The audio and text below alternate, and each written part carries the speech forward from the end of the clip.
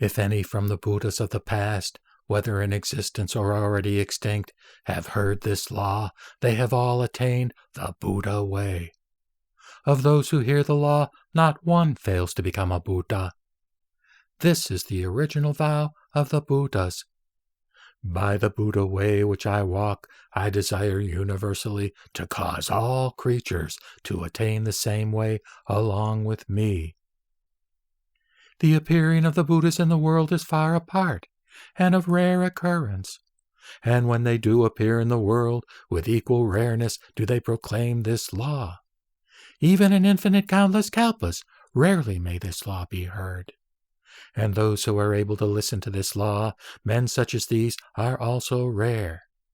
So he who, hearing the law, extols it joyfully and utters but one single word of it, has already paid homage to all the Buddhas in the three worlds. Such a one is exceedingly rare. Be you free from doubts.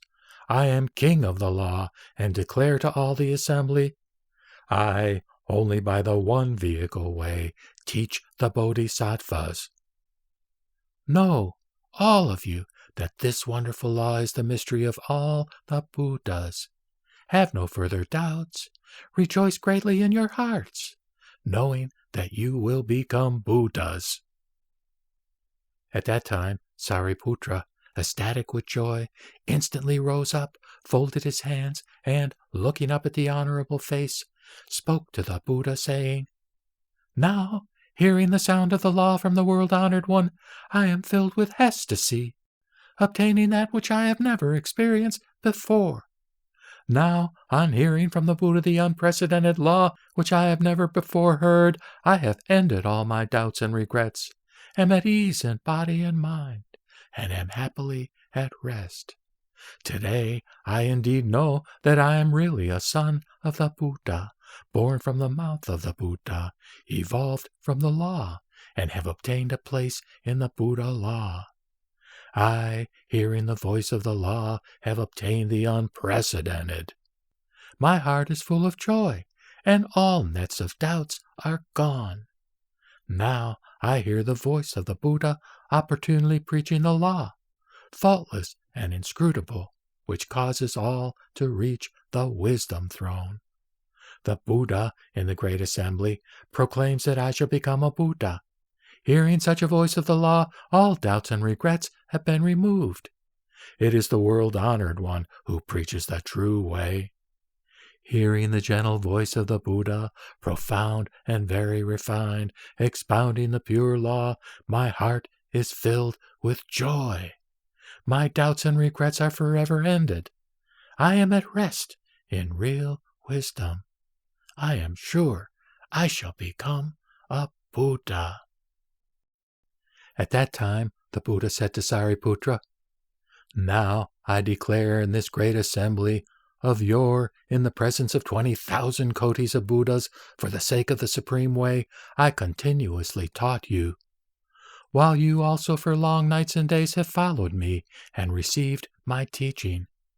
By reason of my tactful guidance, you have been born into my law. Sariputra, of yore I caused you to resolve on the Buddha way, but you have now entirely forgotten it. Now again, desiring to cause you to recollect the way which you originally resolved to follow, I preach the great vehicle sutra called the Lotus Flower of the Wonderful Law, by which bodhisattvas are instructed and which the Buddhas watch over and keep in mind. Sariputra, in a world to come, when you shall have maintained the right law and completed the way which bodhisattvas walk, you shall become a Buddha. At that time, all the 4 groups of bhikshus, bhikshunis, upasakas, and upasikas, all the great assembly, seeing that Sariputra in the presence of the Buddha had received his prediction of perfect enlightenment, rejoiced greatly in unbounded ecstasy. Each spoke thus in verse. The world-honored one, preaching this law, we all follow it with joy. The great wise Sariputra now has received the honored one's prediction. We also in like manner must certainly become Buddhas. May all our happy karma in the present world or past worlds and the merit of seeing the Buddha all turn to the way of Buddhahood.